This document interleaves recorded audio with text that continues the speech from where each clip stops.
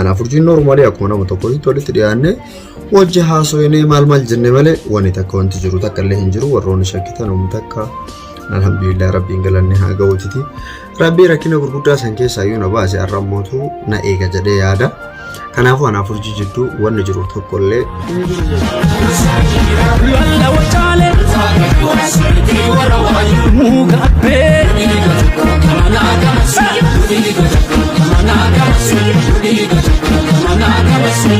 akkam godhu attana guuta dhibee saasee kadhume fuulli tantee dhibamaa fayyisa akkam godhu attana guuta dhibee saasee kadhume fuulli tantee dhibamaa fayyisa tigaaroo beelaan kan odeechisanii gada basaasaa baaleen bobbaafatanii maaloo malaata maal si gaggaafatanii beeyta maqaa koonsiin Aisha Mark fuuni kabajamtoota fi jaalatamtoota hordoftoota abdii Oroo akkam jirtu bokkuu jirtanii nageenyi kiyya kan kabaja kan jaalalaa bakka isin jirtanitti isin akka qabu isin jecha egaa har'aan tanallee deebi'ee dhufee jira jechuudha har'a mootummaan deebitee akkamitti deebiteen keessa hin oolu viidiyoo urjii hojjanne irratti namoonni baay'een urjiin nama gaarii miti urjirraa fagaadhu yeroo hunda rakkoomatu si mudataa ammallee rakkoo fi deebiitti indalanii si nama gaarii miti irraa fagaadhu warroon naan jettan dhugaa keessanii viidiyoo isinillee of duuba deebi'ee ilaalee jira dhugaadha amma dura namoota hedduullee miitee beeyti namni kun hin amanamu anallee namiidhuu dandeette jechuudha humaa anaa fi urjiin waa walirraa qabnu takka illee hin qabnu waa waliin jennellee yookaan immoo waa waliin godhu ennullee takka illee hin jiru anaaf urjiin normaalii akkuma nama tokkotti walitti dhiyaanne wajji haasofnee maal jenne malee wanni takka wanti jiru takka illee hin jiru warroonni shakkitan humna takka alhamdulillah rabbiin galanne haa ga'uutiti rabbii rakkina gurguddaa san keessaa yoo na baase arrammootu na eega jedhee yaada kanaafuu anaaf urjii jidduu wanni jiru tokko illee hin jiru jechuudha urjiin deengaddallee isitu manatti na yaame waan na yaamteef illee hedduu addaan osoo hin baafatin argitanii jirtanii miira keessa galtee caluma jettee warroota sila aarii itti qabdu sana arrabsaa turte jechuudha ani nama isiin aarii itti qabdu sana ijoollee wajji hojjetaa turan ni beeka bargati akka isiin miidhaa turtellee hin beeka dhugaadha urjiin nama gaariillee ta'uu dandeetti nama gaariillee ta'uu dandeetti miknaatu namni tokko yoo aaree waan godhu hin beeku aartellee waan tokko godhuu dandeetti san itti murteessuu hin danda'u nama tokko irratti mootu rakkoo isiin uumte fanattellee rakkoo uumti jedhee yaadu annaa hordoftoota kiyya anaaf urjiin wanti jiru nu jidduu takkallee hin jiru jechuudha alhamdulillah ani mootu amma booda of eegaa wanni takka akkana irratti hin mudamne ergixanyaa ta'e ofitti beekamu kanaatu nama hantuku namni akkana tokko mootu ofitti hin dhiisu amma booda biyyallee baree jira alhamdulillah hiriyootallee horadhee jira akka duraanii sanii miti kanaa jettanii warroon hin yaaddan mootu hedduu galatoomaa isinii jechuu barbaada waa'ee urjiitirraa mootu urjiin sirriidha nama miidhaa turte haa ta'ullee namoonni sunniin illee irraa hafaa hin turre biyaansi namni tokko yeroo waa godhu itti murteessuu hin dandeessu maaliif itti murteessine beektaa yoo akka isaa ta'ee karaa gubbaa jiralleedhaa dhiifama naa goraadha sagalee jechuudha namni tokko yeroo nama tokkotti waa godhuu yaadu yookaan miidhuu yaadu ufii isaatii yoo amma dura miidhamee jiraate miidhaa saniin aarii keessa galee namni tokko nama miidhuu danda'a kana namatti murteessuu hin danda'u miknaatum urjiillee yookaan amma dura miidhamtee ta'uu danda'a waan san ka godhaa jirtu yookaan immootu caluma jettee ofirraa lafaa kaateetti waan san godhuu dandeessi sanaan hin beeku san rabbi qofatu beeka ammaaf garuu wanti jiru tokkollee hin jiru jechuudha garuu guyyaa sana maaliif akka isiin naawamtillee naa galuu dhabu waa wayii narraa feetee turte hin beeku waan san illee naaf hin ibsine wallahi akka ani yaadutti jechuun isiin akka ani isii gargaaru hin beeku garuu viidiyoo irraa argitanii turtanii sila anaa na waamte kana itti haasa'uu caalaa warroota aarii itti qabduu fi warroota komantii irratti isii jeeqan miira keessa galtee arrabsuu ture guyyaan suni ajaa'iba natti ta'ee garuu ajaa'ibsiisaa ture anuu baay'ee naasoo argitanii jirtanii haasoo hedduu qabu naan illee sodaataa dhaqee mana sana argitanii jirte shafaaffanadhee kombortaa diradhee fuula kiyya cufadhee naamna dhaqee maaliifi waan si mudatu hin beektu karaa kanatti namoota baay'eedhaan wal lola qaba namoonni hedduun immootu anaanna barbaadan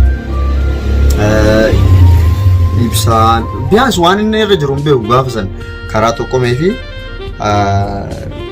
jaartii isaa jechuudha bakka isin jirtu itti mee jira argatu dhabu ani hin beeku kanaafuu miidiyaa kanarraa badee ture eegas booda deebi'eetu isiniif ibsuudhaaf yeroon argan maaliifi haala mijeeffatu akkaataa itti jiraadhu san sisirreeffatuuf jecha badee jechuudha. Alhamdulillah arrammootu wanta hunda haala sirreeffadhee jijjiiradhee rabbiin galanni haa ga'u lafas qabadhee hojiis argadhee nagayaan jiraataa jira jireenya nagayaan jiraadhu kana keessatti mootu namni biraa dhufee akka na jeequ hin barbaadu jechuudha. Isin galee akka ilma namaa tokkotti na waamtee dhaqee gara manaa eessirriidhaa dhaqee jira. Maaliifi namni tokko yeroo namni jira jedheeni gaafadhe guyyaa sana hin jiru namni tokko dhugaadhaan mootu namni tokko illee hin jiru waan isin irraa barbaadu garuu naaf hin ibsine an biraa deebi'ee jechuudha. Nattaartee turte an taphaaf itti haasayaa ture isin hin beeku bicha miira jaalalaa wayii kana qabu natti fakkaata. Ndee akkasumatti fakkaata akkanatti fakkaatu isin himaa jira malee waan irraa beeku takka hin qabu jechuudhaan isin galee jira. Miira jaalallee yoo kanaa qabaatu taate ani isaa kanatti nama jaalatu hin danda'u. Isin galaa uummata kiyya. Miknaatuma nama jireenya barbaada malee nama wajji gaafa bultii godhatan rakkoo hedduutu isin mudatanii beekaa. Akka har'aa kanaa miti. Oni rakkoo wayii sirra ga'ellee siifin hubattu dhalaantu biyaas isin tokko osoo hin taane seeruma dhalaattu san siifin hubattu rakkoon kuni maali waan akkas jedhu san hin qabdu jechuudha. Kana waan ta'eef maal godhuu qaba namarraa fagaadhee fataa jedhee jiraachuu barbaada jireenya kee keessatti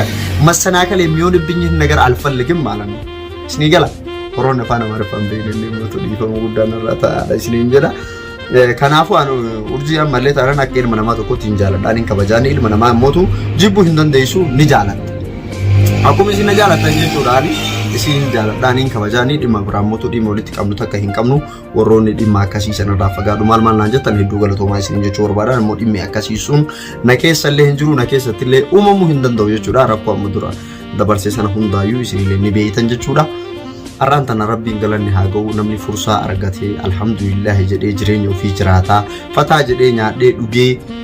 baqa jireenya bareeduu kana jiraachuu barbaada jireenya cinqii san keessa ebaluu siirii sitti godhaa ebaluun eebbadu ebaluu sidhayaa ebaluun eeggadhu halkan hin deemin sa'a 12 alfalligoo hin barbaadu baqa jireenya kee keessatti faa jedhee jiraachuu nama argadde wajjin hojjedha viidiyoo noormaalii waan akka piraankii maaliin hojjedha viidiyoo biraanii rakkadhu rakkoo kiyya isiniifin ibsa dhimma biraa garuu dhalaa wajjin naamna dhimmi ani qabu hin jiru jedhee isinii ibsuu barbaada alhamdulillah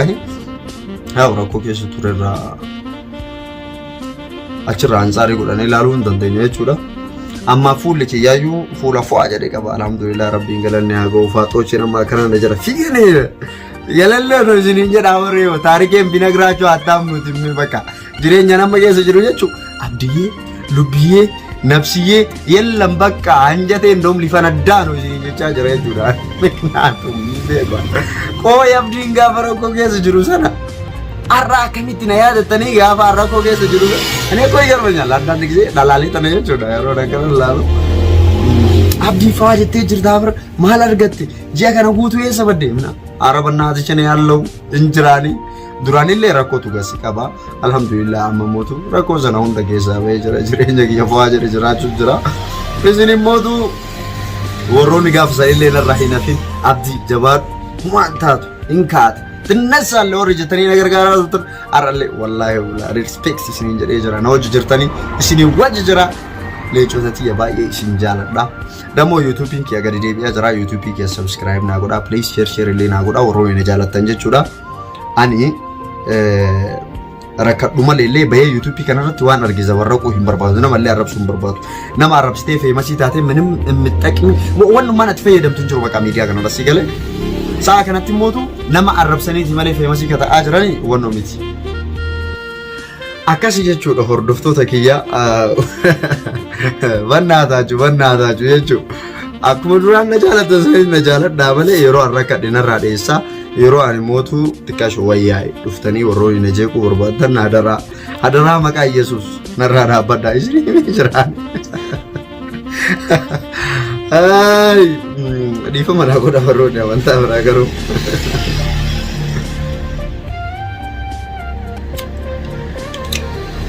Akkasii jedha hordoftoota kiyya alhamdulillah rabbiin galanni haa ga'u. Mee amma jechuudha nama wayii piraanka ajaa'ibaa godhee isin garsiisuu deema jechuudha namni san isinillee ni beeytanii xiqqashoo ishee anaan xiqqoo walitti mufii qabna dheedhaa yaa mufii guddaa sanillee miti waan xiqqashoo wayiitti irratti amma dura nama wayii gargaari sababaan isa gargaareen walitti mufii wayii qabna walitti mufii sanillee dhaqee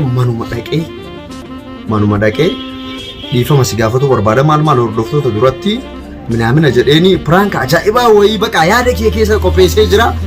YouTube kana subscribe naa godhuudhaan share naa godhuudhaan na gargaaraa isiniin jedha biyaans waan badaa irratti hojjedhee guddatu caalaa waan tolaa waan bareedaa waan nama bohaarsu takka irratti hojjedhee guddatu barbaada malee ani waa jeeqee waa arrabsee maal akkas ta'ee hin barbaadu jechuudha prank ajaa'ibaa video ajaa'ibaa amma booda isinii gadi dhiisa inshallah amma mootu jireenyi kiyallee ammaaf sa'a kanatti jireenya gaarii keessa jira alhamdulillah rabbiin galanni haa ga'u yaa waan hagas mara rabbiin ammaarroo hin qabu jechuudha haala jireenya duraanitti irraa ka'ee ammatti alhamdulillah jedhee jiraadha maaliif jennaan alhamdulillah baqa jireenya okay takka keessa jira rabbiin galanni haa ga'u amma booda garuu viidiyoo babbareedaa ta'e isiniif gadi dhiisa jechuudha YouTube kii yaadara ani isinillee gaafadhee hin beeku haga bakka kana gahetti nama kadhadhee subscribe naa godhaa jedhee isinitti warwaadhee hin beeku amma garuu YouTube kiyya baay'ee na jala gad deebi'aa jira subscribe share godhuudhaan na gargaaraa jedhee isin kadhachuu barbaada horaa bulaa dagaagaa baay'ee isin jaaladhaa bye I love you so much my family